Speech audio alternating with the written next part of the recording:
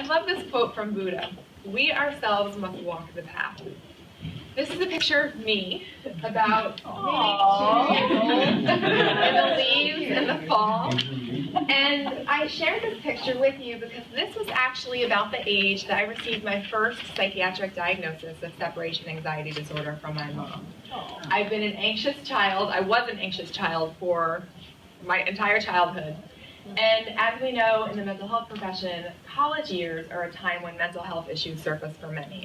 And I was no exception. So my mom sort of knew that things might get interesting with me at some point, and in college, my sophomore year, when I learned that a student died very suddenly of meningitis, I didn't know this student, but it unraveled me at the seams. I just really wrestled with the fact that how could this kid be at a party one night and dead the next morning? And that was the night that I woke up at about 3 a.m. with my first panic attack.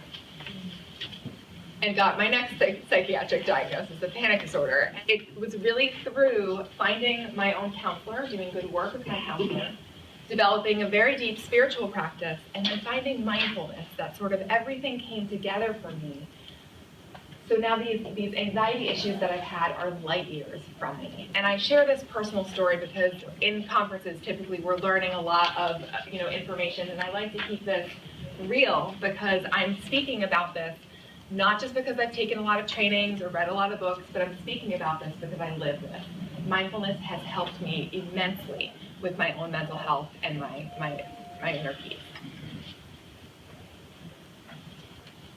I love this analogy that we all have heard of before when we're on planes. What are we instructed to do? But if the oxygen masks ever come down off the plane, when we're flying, has that ever happened to anybody? My goodness.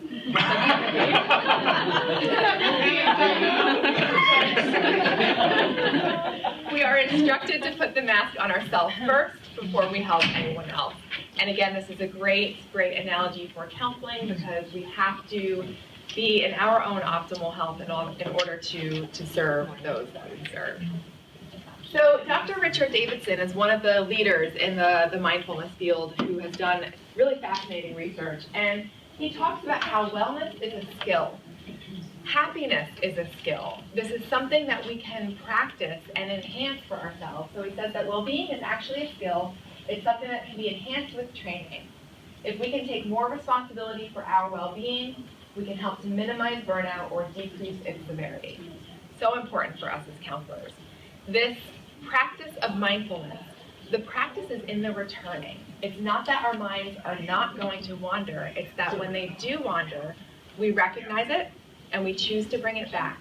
And each time we bring that wandering attention back over and over, we're laying down new neural circuits, we're strengthening neural circuits as they fire in the brain, and this is helping us become more oriented to the present, which is shown to increase our levels of happiness. What does it feel like when you know somebody is giving you their full attention? What does it feel like? Awesome, wonderful. Wonder sometimes it can be surprising when someone really gives you their full attention, because right now, like with cell phones and we have so many interruptions, it's so easy to talk to someone and you're looking at your phone or you're looking at someone else. So I notice when someone really gives me their full attention, I'm like, oh, they're really paying attention. It's surprising. Yeah. So it can be surprising, but it feels really good, right? When somebody is totally. I've taken just a couple of trainings with John Kabat-Zinn in the beginning of my MBSR training, and he is so tuned in. There's a feeling that you get just being with him because this person is so present. There's a documentary called The Artist is Present. If anybody hasn't seen that, I highly recommend it. It's called The Artist is Present. This woman, I don't remember her name, she's a performing artist. She sits in a chair and is fully present. People line up for hours just to get a chance to sit with her for a short time, and she's fully present with them. And I'm getting goosebumps just thinking about it because it's so powerful to see. So we know it feels really good. When we're getting somebody's partial attention, what does that feel like?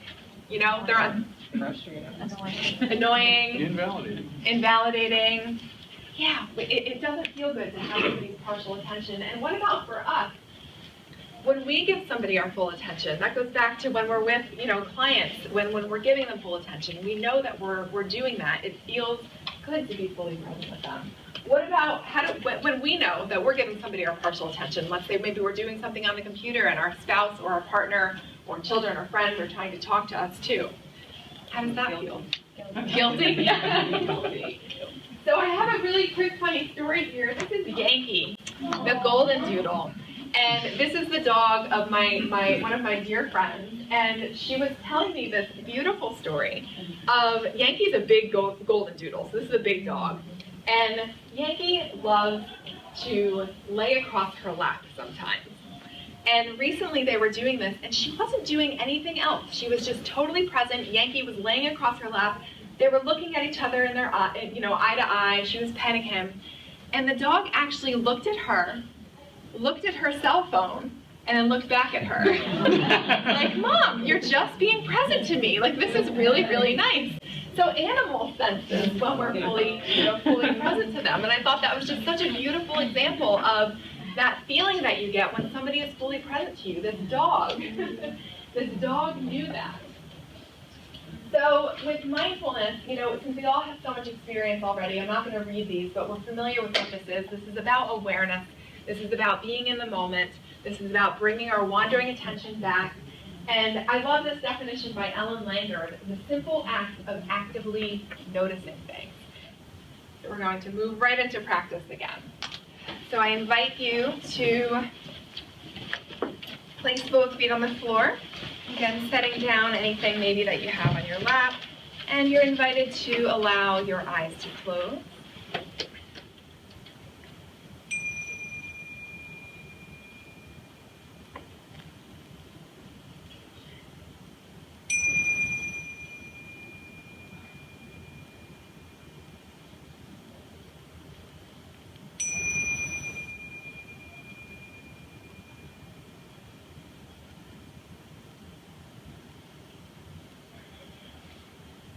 And dropping in.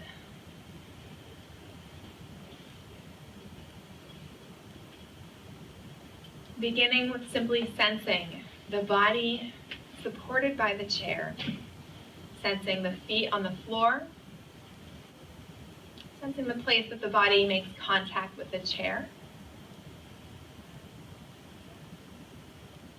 I'm going to call to mind the image of a mountain. This can be a mountain that you've actually seen, or it could just be a mountain in your imagination.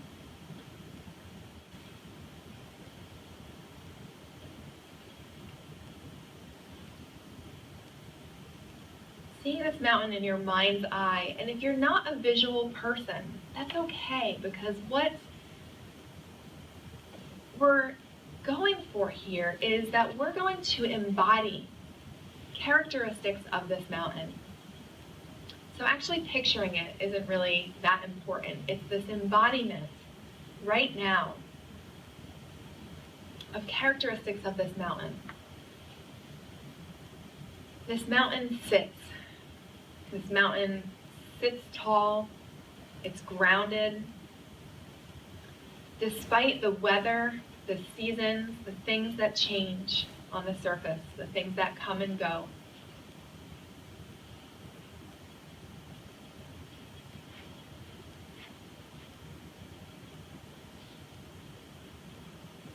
So embodying this idea of being grounded, of sitting tall, of letting things just pass by. And those things might be our own mental events, our own thoughts.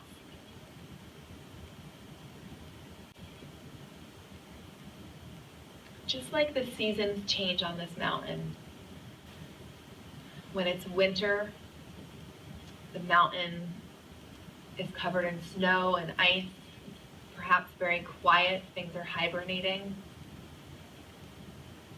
And then spring comes. And trees start to bud and flowers bloom and bird sounds, birds return back from the south.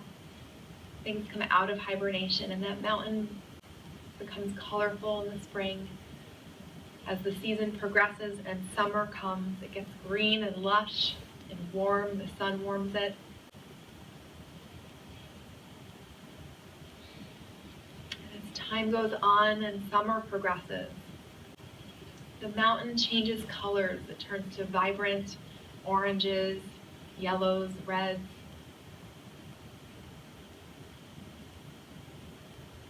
And as fall progresses, those leaves fall, the mountain cools, the weather cools around it. And eventually winter comes again.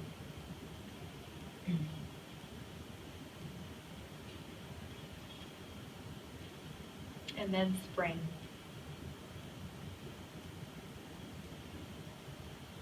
And all the while, that mountain still sits.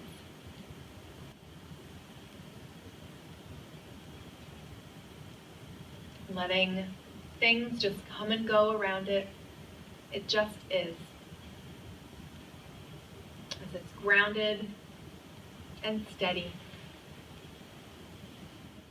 And we can learn from this mountain and embody these same characteristics of feeling grounded and steady as we observe our passing and changing moment-to-moment experience in our own bodies and our own minds.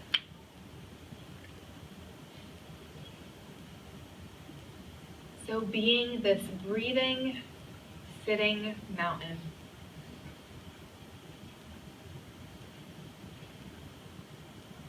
Feeling yourself sitting tall, sensing your own body, and sensing the movement in the body from the breath.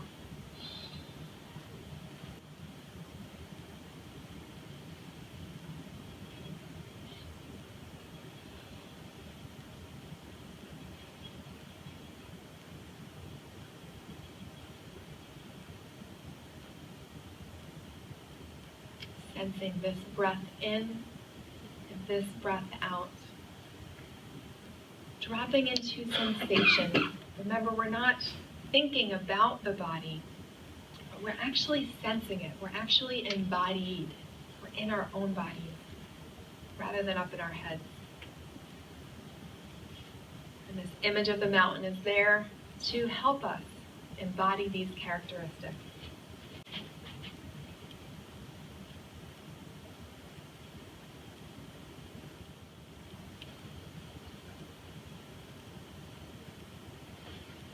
As we sit, you might notice mental events come and go,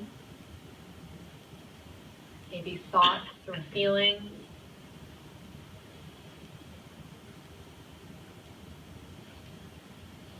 Maybe we notice sensations come and go. Whatever it is that we notice in our direct experience, we're practicing staying in awareness. We're just observing our changing experience as thoughts, feelings, sensations come and go.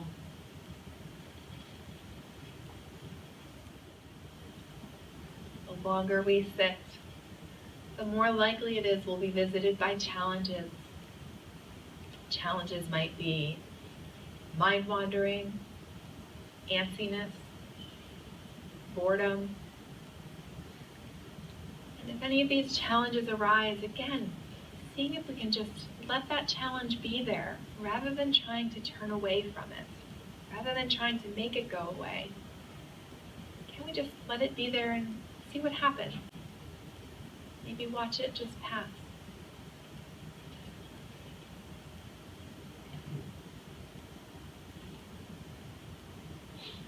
Remember that curiosity can really help us, especially with challenges, if we get curious about whatever it is that's coming up. Seeing what we notice, and then when we're ready, choosing to, again, return to our direct experience, sensing the body as we're this sitting, breathing mountain.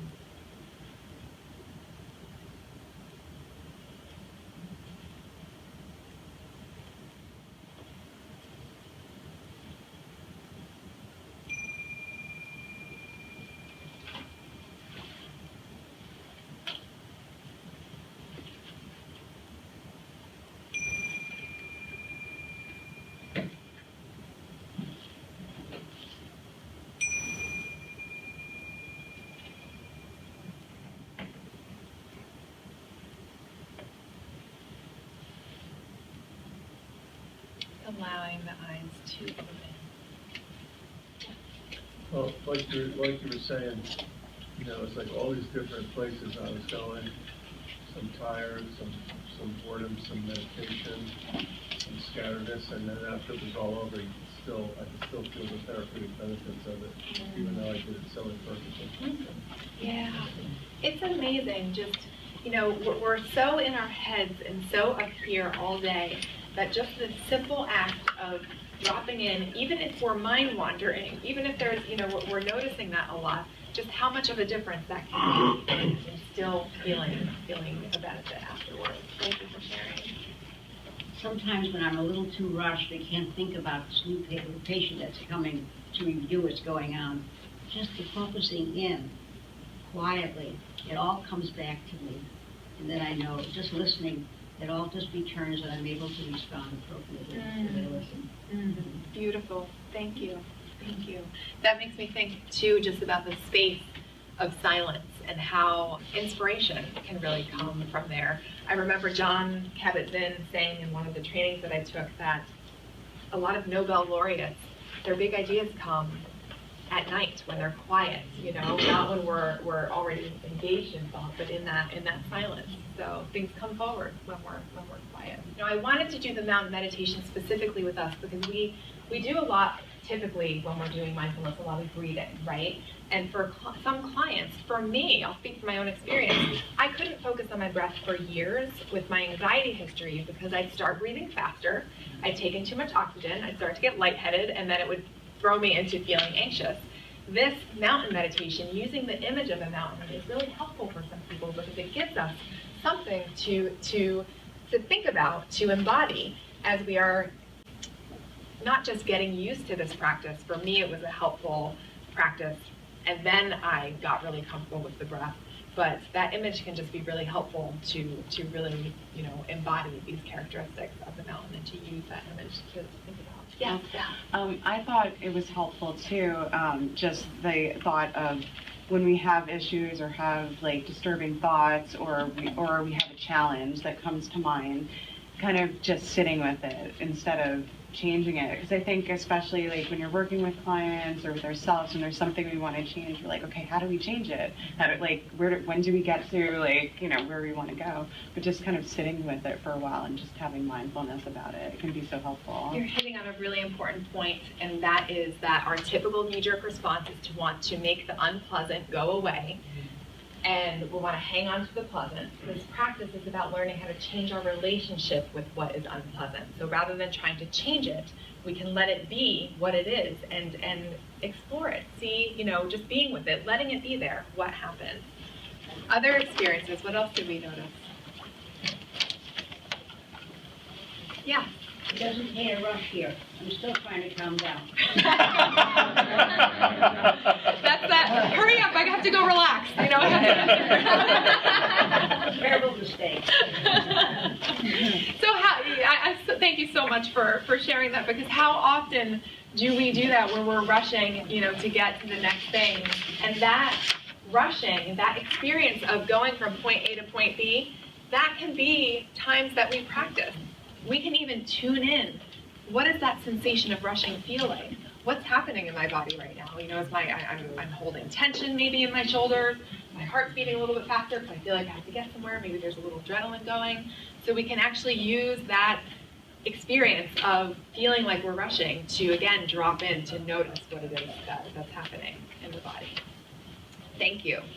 Other experiences?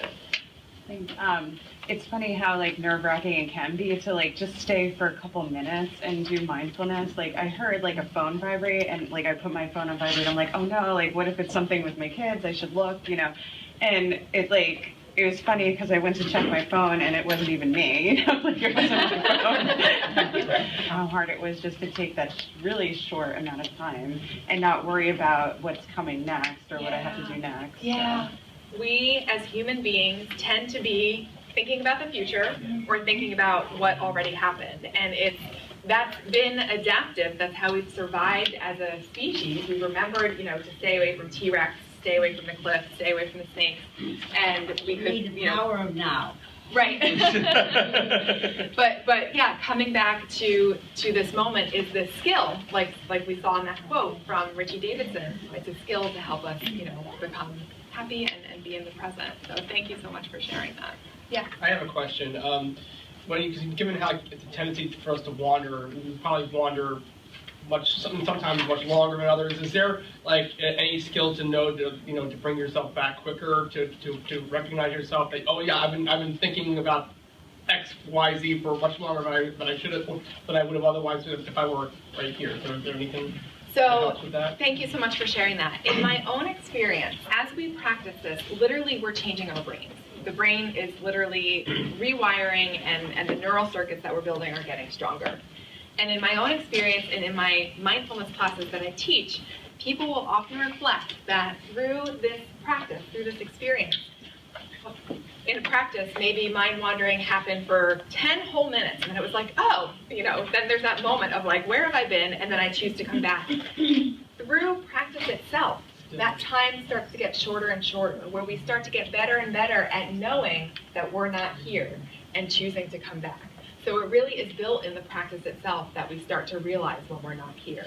And the beauty of this practice, again, is that we can be doing this any time of day, no matter what it is that we're doing. It doesn't just have to be doing a formal practice with sitting down. As we are sitting at maybe our keyboard, typing and knowing that we're typing, we're, again, knowing it. That's the awareness that's helping to know where we are, which is strengthening that ability to catch ourselves when we go. And if anybody does have a specific idea that helps you remember, I'd love to hear it. Yeah. I heard that tuning into the 5 senses brings you into the here and now. Yeah. So using any of the 5 senses that you can tune into. I know what's helped me is the idea of self-compassion. So when my mind jumps, instead of saying, gosh, why is my mind there again? I hate when I get, so now I'm jumping somewhere else, and just saying, okay, there we are, let's come back, and trying to breathe with the 2 things, the 5 senses, especially my breath. Yeah.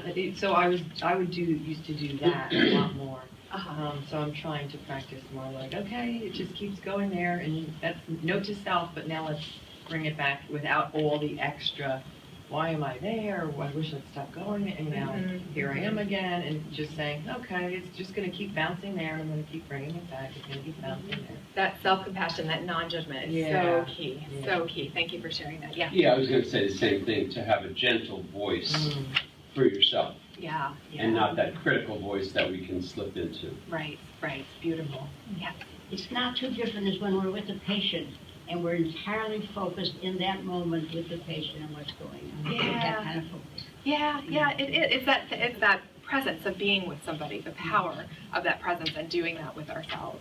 The other thing, too, that just comes to mind are cues that we can build in for ourselves. So sometimes in my MBSR groups, I'll give out stickers, and people can place those stickers on their computer monitor or places that, it'll be a cue to remember, like, oh, let me pause and take a breath. There's some wonderful apps out now that you can have on your phone. There's an insight timer. And Happify. what's it called? Happify. Appify? Happify. So happy, but I'm gonna happify. Happify. Yeah. Get happy. That's Yeah. okay. That's great. Anything too on the phone that we can build in so it chimes maybe once an hour or something like that, just to build in reminders for ourselves.